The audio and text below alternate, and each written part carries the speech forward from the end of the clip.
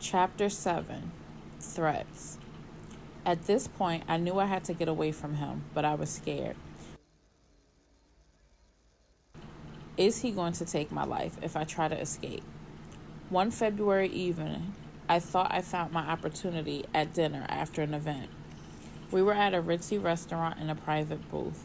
It was an exclusive setup. We were alone, but we were in public. Perfect. Sean was on the phone talking to an unknown listener as he sat down. His words on the call will be etched into my mind forever. We're going to release Who Shot You now. He was waiting for a response, then went on to say, of course they're going to think B.I.G. was talking about Pac. That's the whole fucking point. Nobody would give a fuck about a diss track against LL fucking Cool J. Do you know how much money we'll make with this kind of rap beef? Niggas battling after someone really got shot? This may not be the best time for this conversation. Sean was finishing up. We drop that shit tomorrow. He listened into the phone, then responded, there's going to be blood in the streets. Niggas missed. Pac's alive. Let's capitalize on that shit.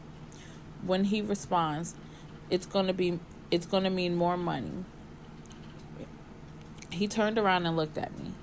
Sean spoke back into the phone.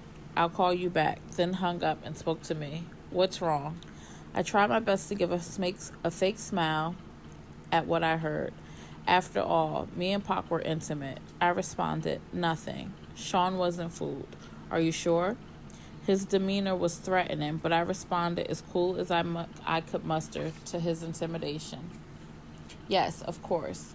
He took my hand, saying, that's wonderful. He began to squeeze my hand until it hurt as he continued. Because seeing you walk into the office while I was talking about killing that motherfucker and you not saying shit to me had me just a little concerned. His grip was starting to hurt badly. You're hurting me. As he continued, he squeezed tighter. You're pretending you didn't hear anything was a sign of your loyalty to me, not something I should be concerned with, right? I had no choice but to give him the answers he wanted. I knew I was trapped when I responded. Of course I'm loyal to you. He let me go as he responded, good. And remember, I'm the big dick. I snatched my hand back in pain. He smiled and said, let's start off with a good wine. He snapped his fingers and his favorite wine was poured for him. They knew what Sean wanted, and what he wanted, he got. I'm trapped. Now isn't the time for me to launch my escape plan. I have to be strategic. It's going to be hard to leave the glamour, the glitz, the lifestyle. I mean, this man just snapped his fingers in one of the most exclusive restaurants in New York City, and they poured his drink of choice. The bottle of wine is $800, and this is 1994. The list to get into this place is 6 months long if you are somebody. Mayor Giuliani has a table here tonight also. If I got up and walked out, I would be safe, but what about tomorrow? I had to think. He sipped his wine and smiled. You're not drinking. He pointed at my glass, and of course a waiter filled it. They knew what I liked as well. Sean has a bad temper.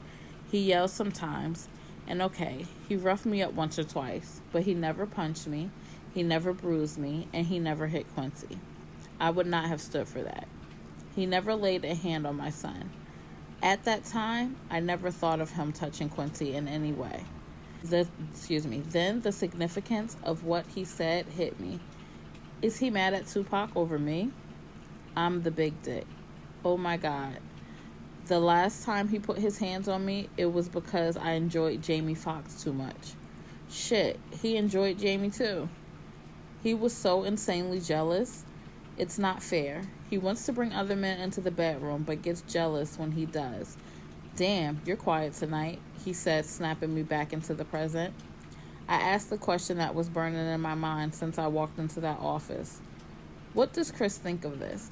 He looked at me coolly and said, his fat ass better just keep doing music. A third guest was escorted over by security. Sean motioned for him to sit. A waiter walked over to Sean Carter and asked, would you like something? Carter responded, no thank you. Then said, hello, to me with a smile. Smiling, I replied, hey Carter, and took a sip of my drink. The Shorns may share a bed together from time to time, but thankfully I was never asked to join. Carter went on to speak to Sean. I thought we were meeting in private. Sean replied with a nonchalant shrug. I had to discuss something with her. It's fine. Go ahead. He wielded this kind of power. Carter shifted uncomfortably in his chair before continuing. It's true. Chris and Pac were about to start their own label. Sean slammed his fist against the table, shouting, Doesn't anyone have any fucking loyalty? Carter, well, that's not happening now, right? Sean peered at Carter with distrust. Why the fuck are you so eager to share this with me? Chris is your man. Fuck, he brought you on, and you're stabbing him in the back? Carter responded with indignity. First, I'm tired of being that nigga's son. I need to come out from under his damn shadow. Sean smiled slightly. Okay, I respect that.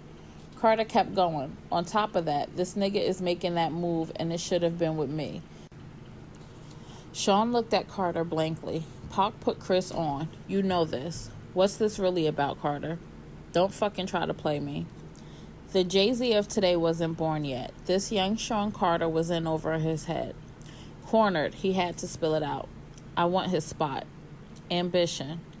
Now this is a man I can work with. Sean made a grandiose gesture toward Carter. Waiter, get this motherfucker whatever he wants. Carter smiled. Thank you. Sean responded, honesty and ambition. We're going to make a lot of bread together. Carter ordered a drink as he stated again. Guess he won't be leaving with that nigga to do their own label now. Sean responded with his normal air of arrogance. Why don't you let me worry about that? I took this as my cue to escape. I told Sean, I'm going to go ahead and get back to Quincy. Sean was wrapped up in his conversation with Carter and barely noticed as he excused me. Have the limo drop you off. We didn't eat. He didn't care. I smiled and kissed him on the cheek and left.